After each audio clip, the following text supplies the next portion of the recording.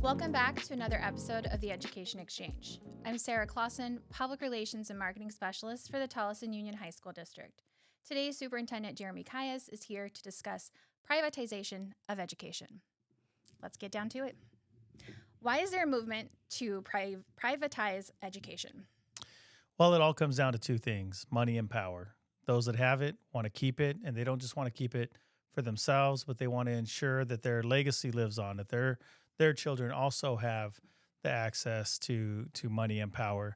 And education is the great equalizer. With the way the system is now, anyone can rise up from poverty right now and be the one who's rich, powerful. Anyone can rise up and become president someday. So our system right now lends itself that anyone can be successful. And for most of us, that's a great thing. Like, we appreciate that. But for those who already have money and power, anyone rising up also means that their children can fail, that their children could be poor one day when they're gone. And so for them, they want to take steps to ensure that that's not the case. Okay, so what does that look like? Can you boil it down to somebody who really is unfamiliar with this concept, who only knows what a charter school is, what a public school is, and then what private education looks like? Yes. So what it looks like is that, let's take, for example, math. If we have different systems, and in one system students are leaving high school, graduating, and all they can do is arithmetic. In another system, students are leaving, they're capable of reaching algebra 2, and in another system they can do calculus when they leave high school. You can see how those students are leaving the system unequally qualified for whatever they're going to decide to do next. We can do that through privatization of education.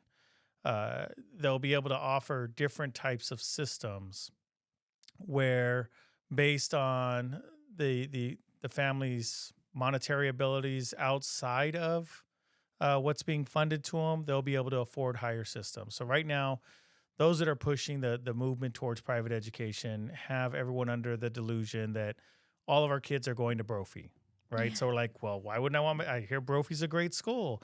All of our kids are going to go to Brophy. All of our kids are not going to Brophy. No, or basis. That's another one. Yeah, they're not. Basis doesn't even take all students. And really it's going to be more like Primavera. So education in Arizona is a $7 billion industry. And that's just the money directly going into education. The earnings potential for students coming out of the different types of educational facilities also varies significantly. So when you look at Primavera, let's use Primavera as an example since they've been in the news recently. Those owners and operators of those systems, they're making millions, right? So you see Primavera, that not only were they making millions on the dividends and millions on the shareholder distributions, but the way that it's structured, like you can't even be clear on how much that owner operator is making of that system. And their teacher salaries are well below our teacher salaries. So creating that type of system where you're going to have teachers that are not the best teachers around, not receiving as much professional development as what they receive here at our district, that already is creating that disparity. And so those who only knew Primavera for high school coming out, they're not going to come out as equally qualified as our district or as a Brophy or some of these other districts. Like they're not coming out ready to compete with what we have at University High. Like, they're not coming out on the same level already within that system. If you take that and you now expand it to where that is the only thing out there is these desperate systems, well, people with money will say that's fine. So I'll tell you, growing up at 15, I started working at the warehouses. All my family works warehouses. I have cousins on both my mom's side and my dad's side that work at the Albertsons warehouse across the street. If we had no public education, I would probably still be working warehouses. I'd probably be at the Albertsons across the street. I worked the Fry's down the street. I worked Mesa Cold Storage. My dad retired from Cisco. Like, Yeah, there's a lot of warehouse in my family. I worked warehouse for a while and realized, I think I can probably do something else that I can put my talents to greater use somewhere. If we have I'll tell you from working warehouse though, I didn't need to know algebra to work in the warehouse. Right. I needed to know how to stack boxes and call off a check digit into a headset. That was working warehouse, right? So I didn't need to employ everything that I learned in high school in the warehouse. Different skill set. Yes. And so when you take jobs like that, right? You take all of our manual labor jobs, you take different professions, they can make the argument that, well, look, they don't need all of these skills and qualifications that we're giving them to be able to work these jobs. And so if we cut back to you only need to know arithmetic, you'll be fine in all these different professions. Yes, that's true, but then you're limiting the growth options for that individual, and you're also already pigeonholing them into like this is the only possible outcome for you now. If all of a sudden later on in life you decide you want to be a doctor, well, your K-12 experience then sets you up to all of a sudden become a doctor later on in life. So that's in a nutshell what's happening with everything, and that's what some of us are in the business trying to stop. So privatization, what's the right word? It is already determining what this body of students can become. Yes, because it's limiting their options in education. Yes, it's going to be more evident when we get too far down the road. So to use an analogy, if you put a frog in a pot of water and you slowly turn on the fire and keep cranking it up just a little at a time, you will fully cook that frog before it realizes it should be jumping out of the pot. The pot's been boiling on us for 30 years. So we go back to the mid-90s, and that's when we first started the charter movement under the notion that they were going to do more with less, right? That was the whole pitch for why we needed charters, that in school districts, you have bloated administrative staff that are making too much money, and if we just had another system, we would be able to do more with less. And then they decided to pay charters more because they started to pay charters and say, well, because charters can't pass bonds and overrides, they don't have a tax base, let's just give them that money as if they had passed a bond and override. And so charters were getting more funding. I was like, we thought they were going to do more with less. They're doing less with more, as we saw from some of the charters have been closed out for their poor academic performance. So they started the charter movement. In recent times, what we're beginning to see is like in Oklahoma right now, they're testing the theory about whether or not it'll be legal to take public funds and use them towards religious schools, right? So privately operated religious schools to take public money and go direct. Now we do that here in Arizona already, but we do that with using the parent as a pass-through with our ESAs. So we'll give the parent a voucher, and they're able to go spend it then on anything education related. So you can accomplish that already in Arizona, but taking out the middleman is being looked at as whether or not that's going to be legal. Also here in Arizona, we're going to have Prop 123 will probably come back to the ballot in 26, and you can expect with it a little hidden nugget of we will give this extra money to continue in education as long as you cement in the ESAs and make them permanent, so that the voucher system, the ability for people to choose to go private, that's a permanent thing now in our Constitution instead of resting in statute, where when it rests in statute, it's more vulnerable because if people ever vote in different legislators, that can get changed, whereas cementing it in the Constitution means you need another ballot measure and the people have to take it out. So that's being looked at. So that's really the first step moving towards privatization is you have to create these different options, right? In order to get people onto another option, you have to first show them different options. So that's step one, is creating the different options. The next step is you have to undermine their faith in the current option, right? So you have to undermine people's faith in public education. That the trust has to erode. They can't trust their local school district if you want them to opt for private education. So you have to make efforts to erode that trust. And we've seen that here in Arizona now, especially over the last 24, 25 years. When Classroom Sci Fund passed in 2000, one of the things that got hidden in there with it was these performance audits. And since then, the Auditor General's office has been conducting these performance audits, and I've had numerous arguments with them about the performance audits. And the argument for me is simply like, you could use these performance audits to do a good thing. You could use these performance audits to go district to district and figure out what are their best practices. Everybody's great at something. Like, tell us what somebody is doing that's great, and let everybody else start to want to mirror that and adopt that as a best practice. Like here in Tolleson, like we started up Commitment Day. Commitment Day is a loved event already, and it's only been ran once. We're already planning for the next time through. Use this as an opportunity to say, hey, Tolleson's doing Commitment Day. Maybe other districts want to look at doing a similar type event. But that's not what they use it for. Every single performance audit since 2001 is simply bashing school districts. Every single audit, you go into it and it says the district lacks internal controls here. The district is below peers here. The district is horrible in this area. All it does is just repeated bashing without ever giving compliments to what the district is doing right, so others can think about, is that something I want to emulate? It's just bashing districts. So we have the performance audits. More recently, we have the DEI letters that are coming through now, and trying to say that diversity, equity, inclusion are forms of discrimination, and it puts districts in a position where there is no win. It is either you're signing the letter to say that diversity, equity, inclusion is discrimination, or you're losing your federal funding, right? So they drew a line where either side that you pick, you're wrong.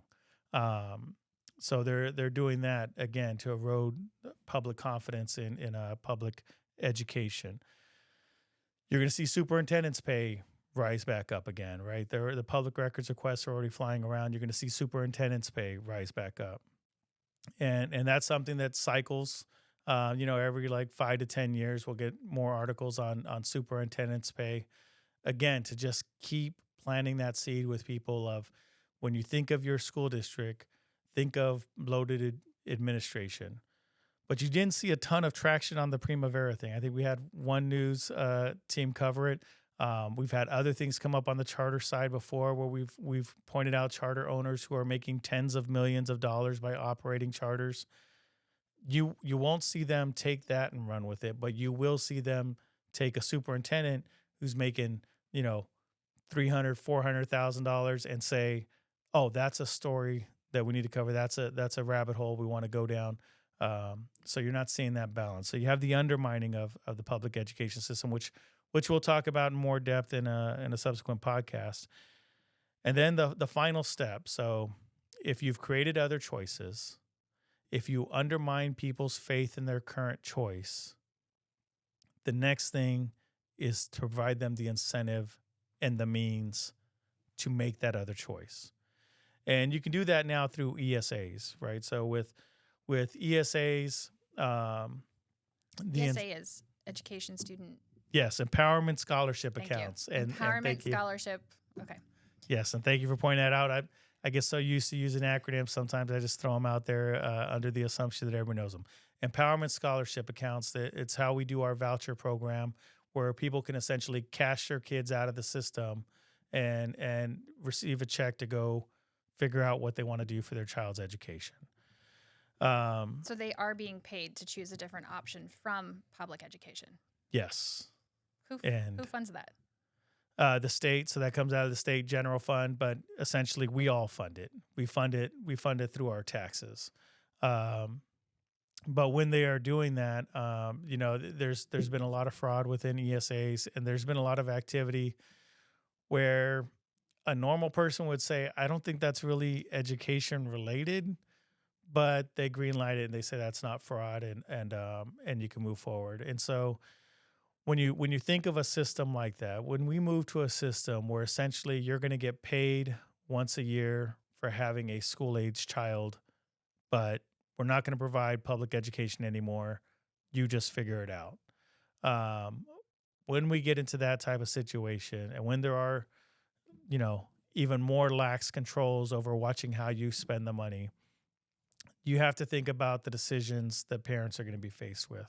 Now, I grew up with my mom mostly, and she was a single mom, and we moved around a lot.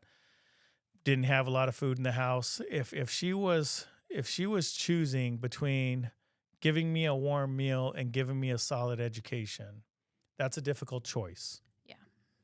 And so when we start wanting to cash people out of the system, um, it might originally seem like, well, you know what? Yeah, that extra money could help with a lot of things. Um, but in the long run, it's gonna set up our children for failure, and it's not a decision that a parent should ever be forced to make.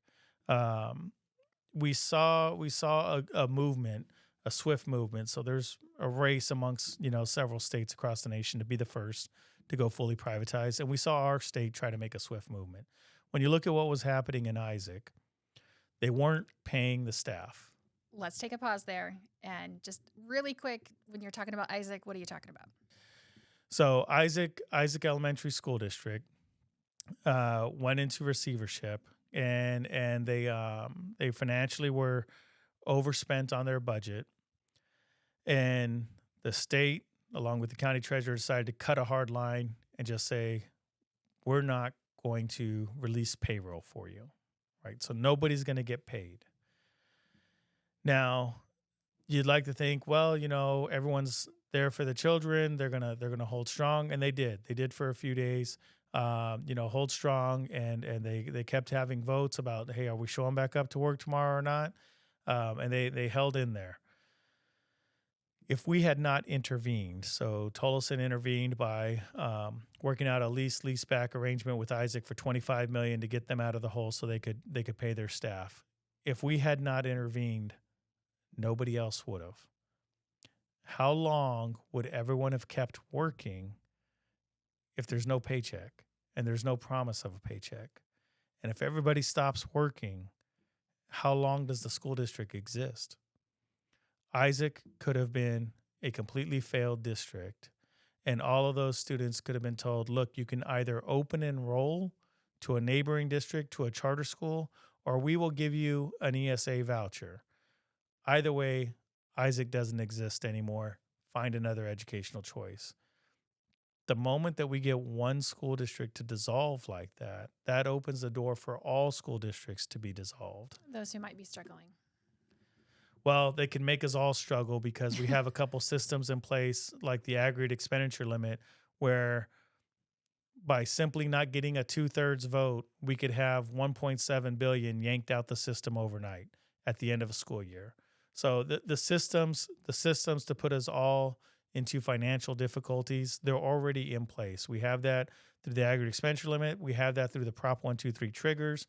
Like, we have multiple systems in place to cause instant financial distress across districts all across our state. So those mechanisms are already in place. Like, they have almost all the pieces of the puzzle worked out. We're getting dangerously close. Okay, so we've definitely broken down, and I feel a good understanding of privatization of education and this movement that we're seeing over the last several decades. How do we prevent it? How do we encourage people to see the benefits of public education, and what is our district doing? So one of the first things I'd like to talk about is we have to understand the opportunity cost of school choice. We don't have universal understanding of what it means to have school choice. I'm going to give an analogy just because I like to give analogies. So let's say for our group right here inside this room, and I know everybody doesn't see who's off camera, but for the 6 of us or so, we're going to have pizza and soda, right? Mm-hmm. We're not going to agree on the type of pizza that we want. We're not going to agree on the type of soda that we want to drink. The most cost-effective way would probably be to just say, okay, well, we're getting 2 pepperoni pizzas and 2 6-packs of soda, and that should be plenty, right? So we would do that, and let's say the sodas we pick are like Dr. Pepper and Sprite. and your first response is maybe what is your favorite soda? Of those two, I would choose Sprite. And if it wasn't of those two of us, if it was of any soda in the world, what would it be? Cherry Coke. Cherry Coke. Okay. So cherry Coke. So all of a sudden we say, you know what, we're gonna open up our choices. We're gonna make it. We believe that everybody should have every option in the world, and because you like cherry Coke, okay, we're gonna have cherry Coke there. So we're gonna get it not just Dr Pepper and Sprite anymore. We're gonna get a 6-pack of Sprite, 6-pack of Dr Pepper, 6-pack of cherry Coke. We're gonna get a 6-pack of Fanta, not just the orange one, but we're gonna get the strawberry. We're gonna get Diet Coke Zero. Like we're gonna get 20 different choices of soda, and hopefully that covers everyone with they see their favorite choice there. And on the pizzas, we're not just going to get pepperoni. We're going to get cheese. We're going to get one supreme. We're going to get the Hawaiian for everybody who loves some pineapples. Like we're going to get all these different types of pizza. And walking into that pizza party for the 6 of us, we're going to look at that and we're like, wow, that's great. We have a lot of choices.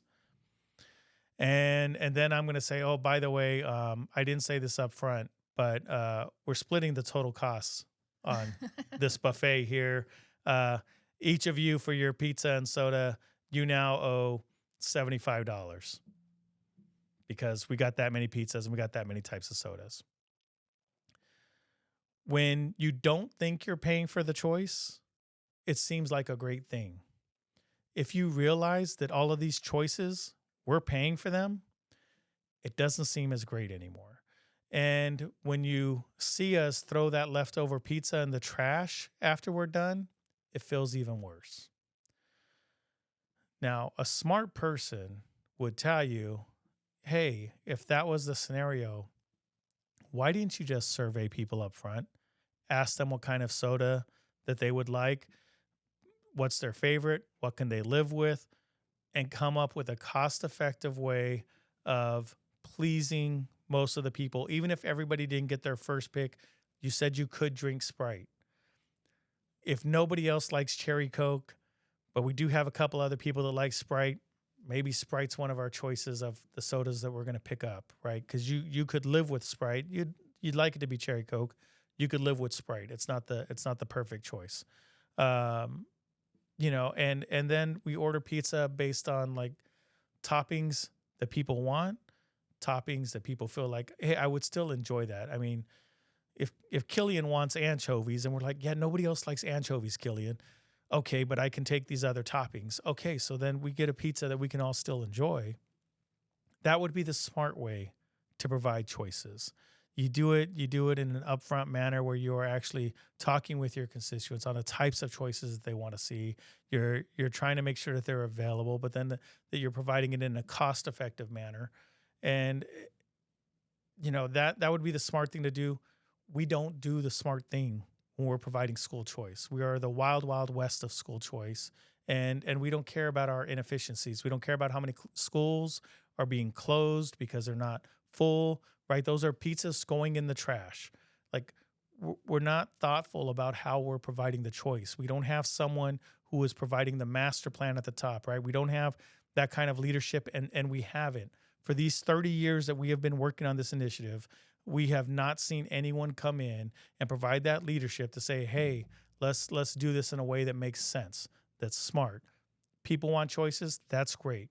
Let's get them choices, but let's be smart about it. So that's one of the things that's a bigger issue here within our district. Like how can we help that? Well, within our district, we try to be smart about how we provide choices. We have so many career and technical education programs. We partner with WestMac. We keep looking for ways to make sure that these programs are accessible to all students. We are making that efforts here at Tolleson to provide as many choices as possible for everyone who would make a different choice on what they want. So you can, it's a completely custom meal. It's completely a la carte here on your high school experience and what your high school experience is going to look like. But we still have to convince them that that's the best choice. Yes. Yes, we still have to compete with any other marketing that's out there.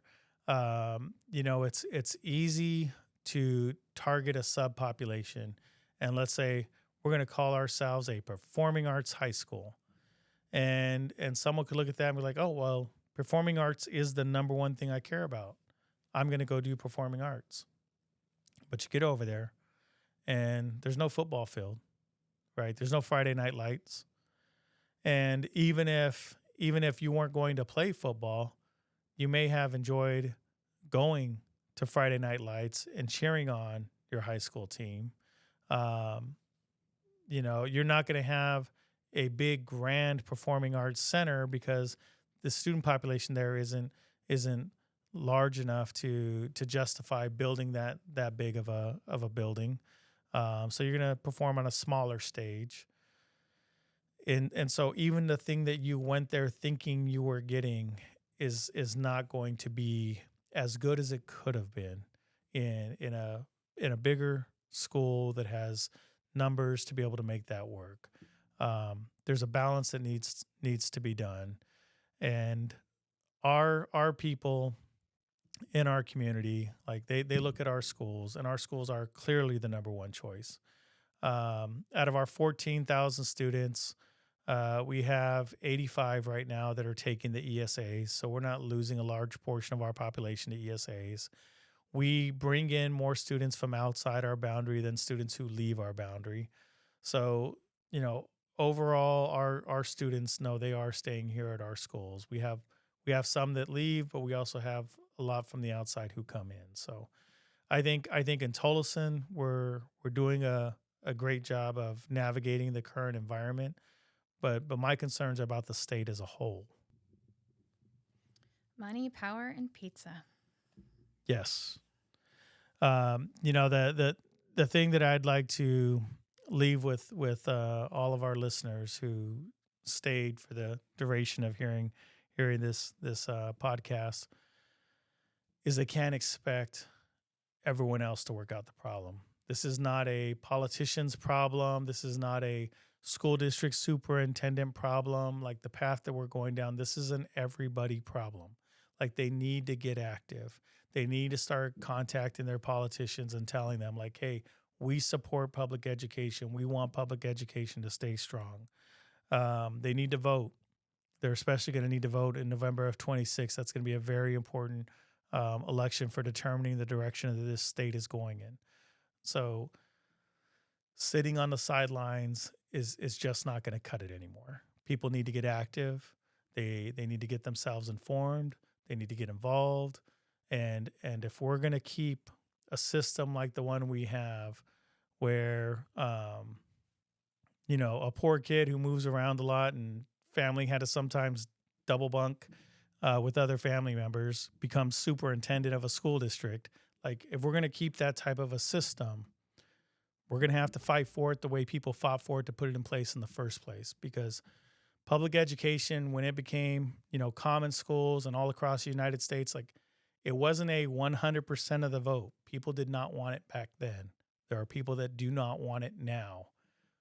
The majority needs to come forward and speak to the fact that it is a good system to be able to have everyone have the opportunity to become anything that they want to be. Thank you. That's a wrap. Thank you for joining us today on the Education Exchange, where we aim to enlighten our parents and empower our students. And that's the end of our show. Thank you for listening. If you have questions, want more information, or would like to be a guest on the Education Exchange, please send us an email at podcast@tuhsd.org. Don't forget to hit that subscribe button, give us a like, and tune in next week to the Education Exchange. You can catch all episodes on your favorite streaming devices or directly at www.tuhsd.org/podcast.